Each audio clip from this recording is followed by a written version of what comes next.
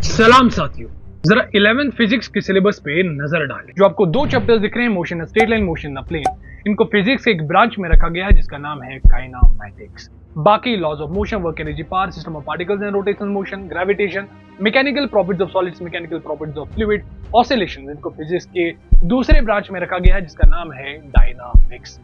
Kinematics और dynamics को मिला के फिजिक्स का तीसरा ब्रांच बनता है जिसका नाम है मैकेनिक्स। तो काइनेमैटिक्स में ये चैप्टर्स आते हैं, डायनामिक्स में ये और मैकेनिक्स में ये चैप्टर्स आते हैं। जेडब्ल्यू मेंस की बात करें या नीट की बात करें, 2020 से लेकर 2024 के डेटा के हिसाब से 2 से 3 क्वेश्चन देखने को मिलते हैं, यानी 8 से 12 नंबर मार्क्स काइनेमैटिक्स से आते हैं। तो माय डियर फ्रेंड्स, आज की इस वीडियो में हम काइनेमैटिक्स की धुआंधार शुरुआत करते हैं और देखते हैं कि काइनेमैटिक्स क्या है और काइनेमैटिक्स को हम कैसे पढ़ने वाले हैं। तो आप सबका फिर से इस चैनल पे स्वागत है। चलिए वीडियो को स्टार्ट करते हैं। तो चलिए काइनेमैटिक्स की डेफिनेशन को पहले समझते हैं। मैंने यहाँ पे लिखा है, it is the branch of the physics which deals with the study of motion without knowing the cause. अब इस डेफिनेशन को जब आप पढ़ोगे तो आपको दो चीजें यहाँ पे सताएंगी। क्या सर, ये स्टडी ऑफ मोशन क्या होता है और विदाउट नोइंग द कॉज का क्या मतलब होता है? आओ एग्जाम्पल के थ्रू समझते हैं। मान लो यहाँ पे एक गाड़ी है। क्या है? यहाँ पे एक गाड़ी गाड़ी यहां से शुरू होती है और मान लो चलते चलते चलते चलते यहां पे पहुंच जाती। ठीक है सर। तो ये बॉडी यहां से लेकर यहां तक मोशन में थी। तो इस बॉडी को यहां से लेकर यहां तक कितना टाइम लगा, इसने यहां से यहां तक कितनी डिस्टेंस, कितनी डिस्प्लेसमेंट कवर की, इसकी स्पीड क्या थी, वेलोसिटी क्या थी, एक्सेलरेशन क्या थी, इन सब चीजों की कैलकुलेशन करना, उसी को हम स्टडी ऑफ मोशन कहते हैं। तो माय डियर फ्रेंड्स, अगर मैं आपको बता दूं कि स्टडी ऑफ मोशन का क्या मतलब है, आप कहोगे स्टडी ऑफ मोशन का मतलब है to calculate time, distance, displacement, इन सब की चर्चा हम करेंगे। स्पीड, वेलोसिटी, एक्सेलरेशन, उसी को हम स्टडी ऑफ मोशन कहते हैं। यानी बॉडी यदि मोशन में होती है तो इन सब चीजों की कैलकुलेशन करना, उसी को हम स्टडी ऑफ मोशन कहते हैं। सर, ये विदाउट नोइंग द कॉज का क्या मतलब है? सिंपली लिखूं तो विदाउट नोइंग द कॉज का मतलब है no force analysis. No force analysis. Sir, ये नो फोर्स एनालिसिस का क्या मतलब है? नो फोर्स एनालिसिस का मतलब है कि यहां पे हम फोर्स की बात ही नहीं करते हैं। आपको पता है अगर ये बॉडी मोशन में है तो कोई ना कोई फोर्स तो लग रहा होगा, बट हम इस चैप्टर में ये कतई नहीं देख रहे हैं कि इस पे कौन सा फोर्स किस पॉइंट पे लग रहा है, कौन सा फोर्स कौन सा एक्सेलरेशन प्रोड्यूस कर रहा है, कौन सा फोर्स किस डायरेक्शन में लग रहा है। हम यहाँ पे फोर्स की बात नहीं करते, हम सिर्फ बात करते हैं time, distance, displacement, speed, velocity, इन सब चीजों की यहाँ पे हम बात करते हैं। इन सब चीजों की यहाँ पे हम कैलकुलेशन करते हैं, फोर्स की बात नहीं करते हैं। तो इसी चैप्टर का नाम है या इसी ब्रांच का नाम है काइनेमैटिक्स। अब जिस ब्रांच में हम फोर्स एनालिसिस की बात करते हैं उसको हम डायनामिक्स कहते हैं। क्या कहते हैं? डायनामिक्स। तो डायनामिक्स क्या होता है? It is the branch of the physics, it is the branch of the physics which deals with the force analysis, which deals with the force analysis, force analysis।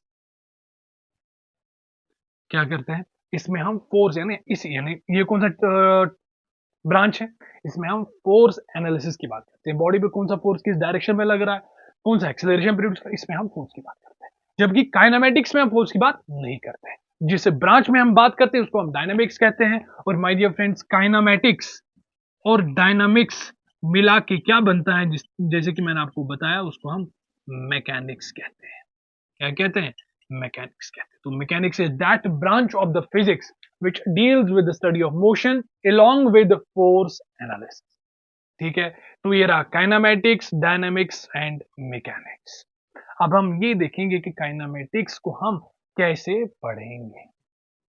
देखिए, काइनेमैटिक्स को हम 3 chapters में break down करते हैं। एक होता है motion in a straight line,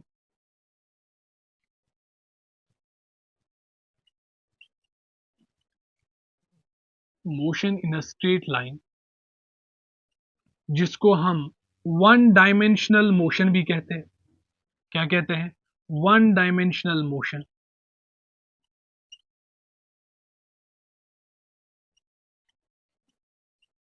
और इसको हम शॉर्ट में क्या कहते हैं? One D motion. दूसरा है, दूसरा क्या है? Motion in a plane. क्या कहते हैं? Motion in a plane. इसको हम टू डायमेंशनल मोशन भी कहते हैं। टू डायमेंशनल मोशन भी कहते हैं, शॉर्ट में टू डी मोशन कहते हैं। क्या कहते हैं? Two D motion. और तीसरे में हम क्या पढ़ते हैं? तीसरे में हम रिलेटिव मोशन को डिस्कस करते हैं बारीकी से। सर ये रिलेटिव मोशन में हम क्या पढ़ते हैं? रिलेटिव मोशन में बेसिकली क्या पढ़ते हैं क्या नहीं पढ़ते वो आपको उसी टाइम समझ आएगा।